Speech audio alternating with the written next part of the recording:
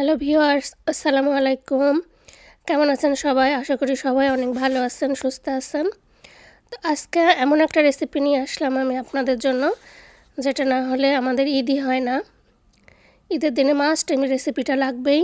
আমার তো খুবই পছন্দের এই রেসিপিটা, শুকনা শুকনা করে লাচ্ছা সেমাই করা। তো আজকে এই রেসিপিটা আপনাদের আমি দেখাই দিব, অনেক মজার হয় এটা।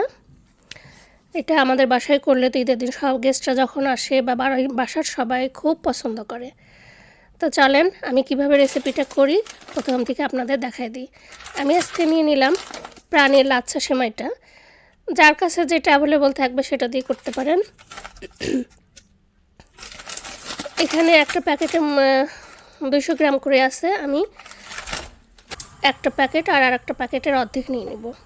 তো লাচ্ছা সেমাইটা করার জন্য আমার প্রথমে কিছু প্রিপারেশন আছে, সেগুলো আমি করে নেব। ঘি দিয়ে নিলাম, আর আমি অ্যালমন্ড আর ক্যাশনাট নিয়ে নিলাম, দুইটা হাফ হাফ করে নিয়েছি। নিয়ে আমি পানিতে ভিজায় রেখে খোসাগুলো ছাড়াই নিয়ে স্লাইস করে নিচ্ছি।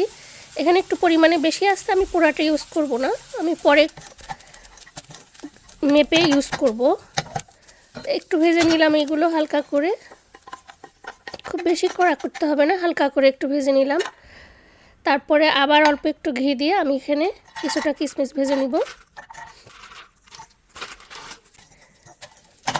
তো কিশমিশ আর বাদামগুলো মোটামুটি অর্ধেক অর্ধেক নিয়েছি, কিন্তু আমি পুরাটা ইউজ করব না। আবারও বলছি আপনাদের, আমি অর্ধেকটা বা কাপ হিসাব করে আপনাদের দেখাই দেবো যতটুকু লাগবে।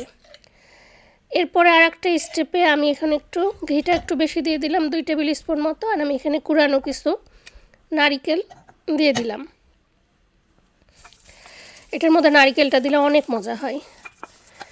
তো নারিকেলটা একটু ভেজে নিব, এটা না ভাজলে সেমাইটা নরম হয়ে যাবে।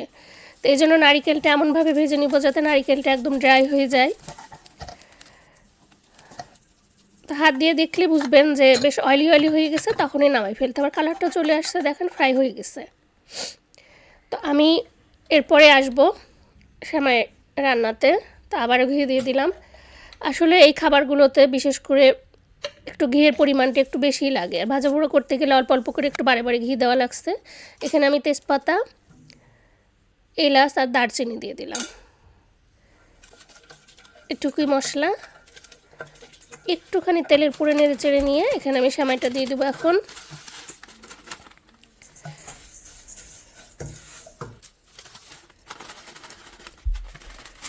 এখানে আমি 1.5 প্যাকেট সেমাই ইউজ করছি। আপনারা আপনাদের ইচ্ছা মতো দিয়ে নেবেন। অল্প একটু নেড়ে চেড়ে শুরুতে চিনিটা দিতে হবে, বেশি দেরি করা যাবে না, কারণ সেমাই আর চিনি সহ ভাজতে হবে, তাহলে চিনিটা সেমাইয়ের সাথে সাথে গলে যাবে। আর ড্রাই যেহেতু চিনিটা গলতে একটু সময় লাগবে, যেন শুরুতে একবারে দিয়ে দিলেই ভালো। আচ্ছা, কালারটা চলে আসছে বেশ খানিকটা, দেখেন বেশ লাল লাল হয়ে আসছে। এখন আমি কুড়ানো নারিকেল, আমার এই যে কাপে 2 কাপ আসলো, 2 কাপ মতো আমি এখানে দিলাম। তো এইগুলো এত বেশি মেজারমেন্ট ঠিক করে যে দিতে হবে তা না, আপনারা আপনাদের পছন্দ অনুযায়ী কম বেশি করে নেবেন। এই তো একটু গুঁড়া দুধ ইউজ করব। এখানে মাওয়াটা ইউজ করলে খুব বেশি ভালো হয়, যেহেতু ঈদের দিনের জন্য স্পেশাল রেসিপি এটা একটা, এজন্য একটুখানি যত বেশি আসলে মজা করা যায়। যদি মাওয়া না থাকে দুধটা ইউজ করবেন। আমার ঘরে মাওয়া ছিল না, এজন্য আমি দুধটা দিলাম, শুকনো দুধ গুঁড়া, যেটা মিল্ক পাউডার। আর আমি কাপের 1 কাপ করে বাদাম আর কিশমিশ দিয়ে ফ্রাই করে নিলাম, ওটা দিয়ে দিলাম। চিনিটা আপনারা আপনাদের একটু পছন্দ অনুযায়ী দিবেন। আমি এখানে একটু কম রাখলাম চিনিটা, খুব বেশি চিনি আমি খেতে পারি না। আমাদের বাসা সবারই একটু আসছে, একটু কম হলে আসলে জিনিসটা খাওয়া যায়, খুব বেশি মিষ্টি ভালো লাগে না আমার কাছে। তো আপনারা একটাও কম বেশি করে নেবেন আপনাদের টেস্ট অনুযায়ী। এই তো হয়ে গেল, আর কিচ্ছু না, একদম simple. Just step by step একটুখানি রেসিপিটা ফলো করলে সুন্দর মতো হয়ে যাবে। আর অনবরত নাড়তে হবে, না হলে নিচে পোড়া লেগে যেতে পারে। তো উপরে অল্প একটু বাদাম দিয়ে আমি ডেকোরেশন করে নিলাম, হয়ে গেল। আপনাদের কার কার এই সেমাইটা পছন্দ করেন আমাকে কমেন্টসে জানাবেন। তা আমি এখানে নিয়ে আসলাম এই সেমাইটা। আমার হাজব্যান্ডের অবশ্য শুকনো সেমাইটা খায়, পছন্দ করে, কিন্তু তার একটু সস হলে ভালো হয়, এরকম কিছু একটা।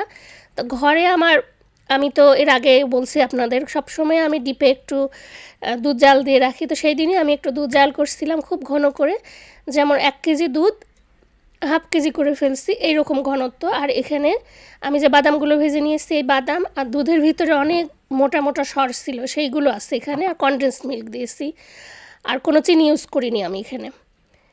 এই কয়টা জিনিস দিয়েই এখন মনে রাখবেন, ঘন করে দুধ, দুধের সর, কনডেন্স মিল্ক আর যে বাদামগুলো করে রাখছিলাম, জাস্ট এইটুকুই।